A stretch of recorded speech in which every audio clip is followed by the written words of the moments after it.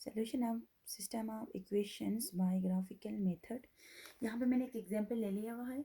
इसको हमने क्या करना है, ग्राफिकल मेथड से इसका सोल्यूशन फाइंड करना है। ठीक है, इसका सोल्यूशन फाइंड करने के लिए सबसे पहले हमें क्या करना होगा, इसका एक्स इंटरसेप्ट और वाई इंटरसेप्ट फाइंड करना होगा। एक्स इंटरसेप्ट का मतलब क्या होता है, एक्स की वो वैल्यू होती है जहाँ पे वाई की वैल्यू 0 होती है। यानी कि मतलब जब हम एक्स वाई प्लेन लेते हैं, एक्स वाई प्लेन लेते हैं तो उसमें क्या होता है, एक्स एक्सिस के ऊपर हमेशा वाई की वैल्यू क्या होती है, 0 होती है। ठीक है, यानी कि हमने ये पढ़ा भी है कि अगर हम इस तरह के प्लेन लेते हैं तो ये वाई होता है, ये माइनस वाई होता है, यहाँ पे एक्स होता है, यहाँ पे माइनस एक्स होता है, यहाँ पे नेगेटिव वैल्यूज होते हैं, यहाँ पे भी नेगेटिव वैल्यूज होते हैं, यहाँ पे पॉजिटिव होते हैं। अगर लाइन जो है वो एक्स एक्सिस को कट करती है तो यहाँ पे हमेशा वाई 0 होता है, इसलिए हम इसको कहते हैं एक्स इंटरसेप्ट।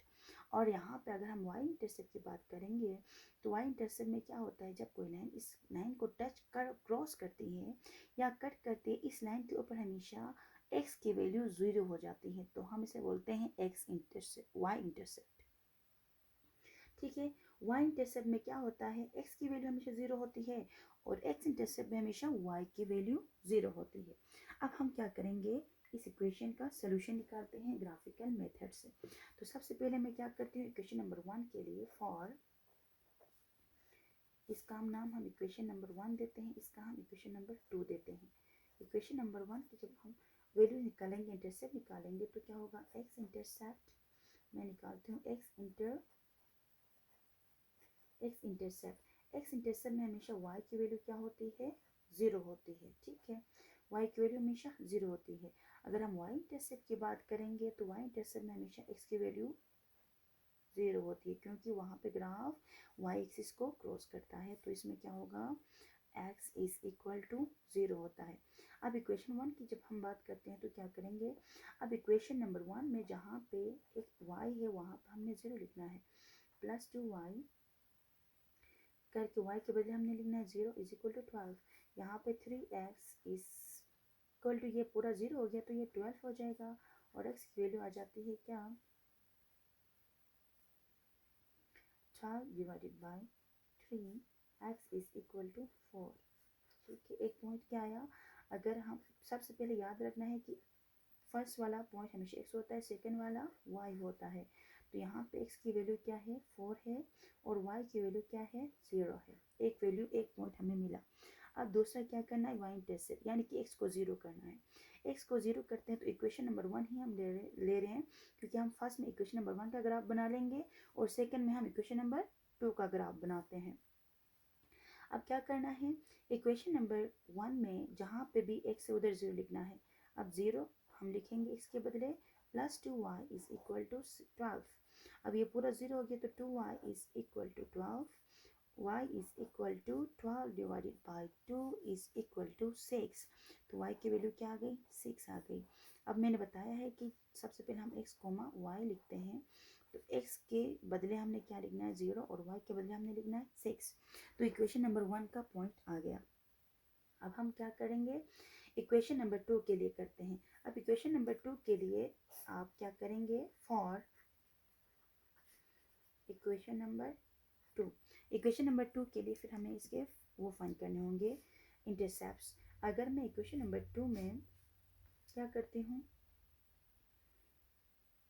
y के बदले 0 लिखती हूँ, तो x -2 इंटू 0 के बदले y लिखा, -4 लिखा, तो x की वैल्यू सिंपल आ गई -4। तो इसका पॉइंट क्या आता है, -4, 0 पॉइंट आ गया। और यहाँ पे y इंटरसेप्ट के लिए क्या करेंगे, जहाँ पे x से उधर y 0 लिखेंगे, तो 0 लिखा, -2y इज इक्वल टू -4। अब क्या करना है, -2y is equal to -4, 2y is equal to -4 divided by -2 करते हैं तो इसकी वैल्यू आती है 2। तो दूसरा पॉइंट क्या आ रहा है, अगर हम x को 0 पुट करते हैं तो y की वैल्यू क्या आती है, 2 आती है। अब हम क्या करेंगे, इन पॉइंट्स को एक्स वाई प्लेन में ड्रॉ करते हैं। तो हमारे पास जो पॉइंट्स है उसको ड्रॉ करते हैं, देखें ये मैंने ड्रॉ कर किया है।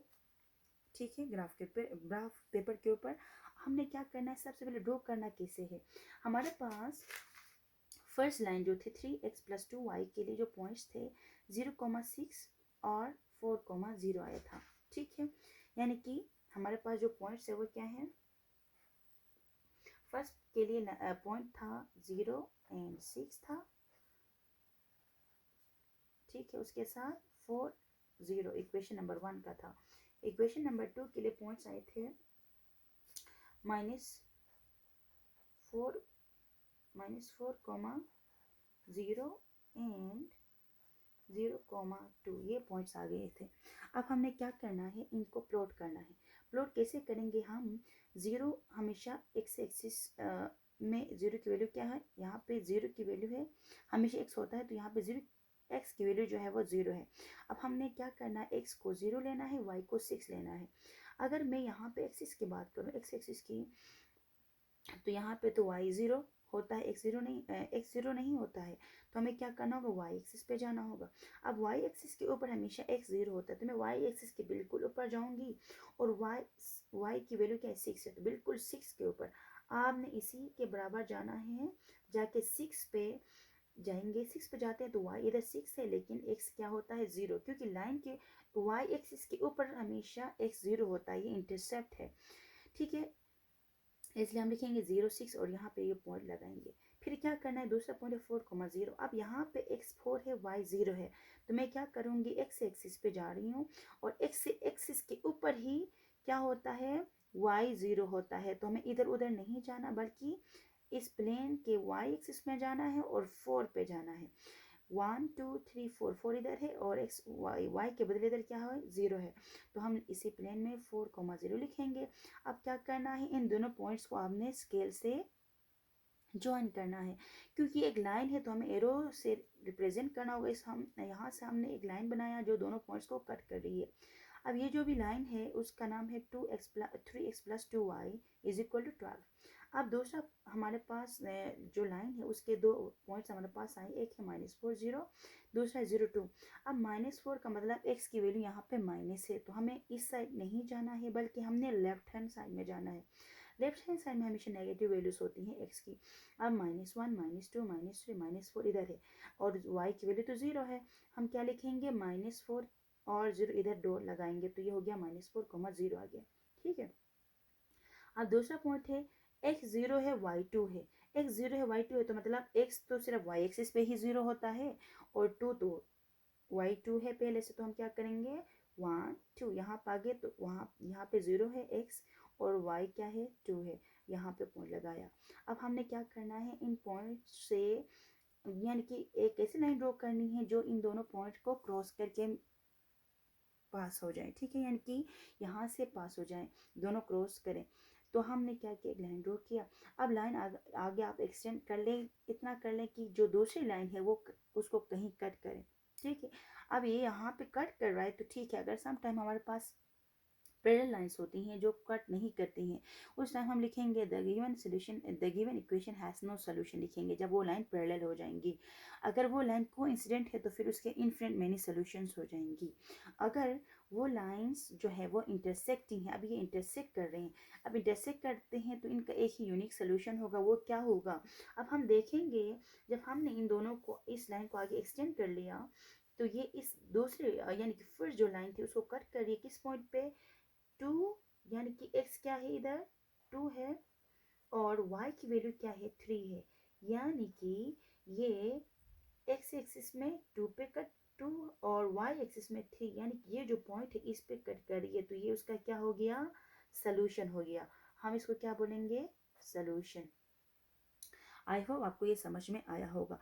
याद रखो, अगर लाइन इंटरसेक्टिंग है तो उनका एक ही सोल्यूशन होगा, जो कि यहाँ पे लाइन इंटरसेक्टिंग थे तो इनका एक ही सोल्यूशन है, x की वैल्यू आ गई 2, y की वैल्यू आ गई 3।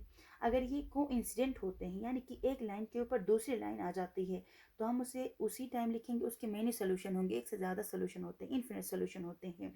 अगर ये दोनों जो लाइन है हमने ग्राफ पेपर पर ड्रॉ किया और वो पैरेलल लाइंस हैं, तो फिर उसका सोल्यूशन नहीं होगा, इस सिस्टम ऑफ इक्वेशन का सोल्यूशन ही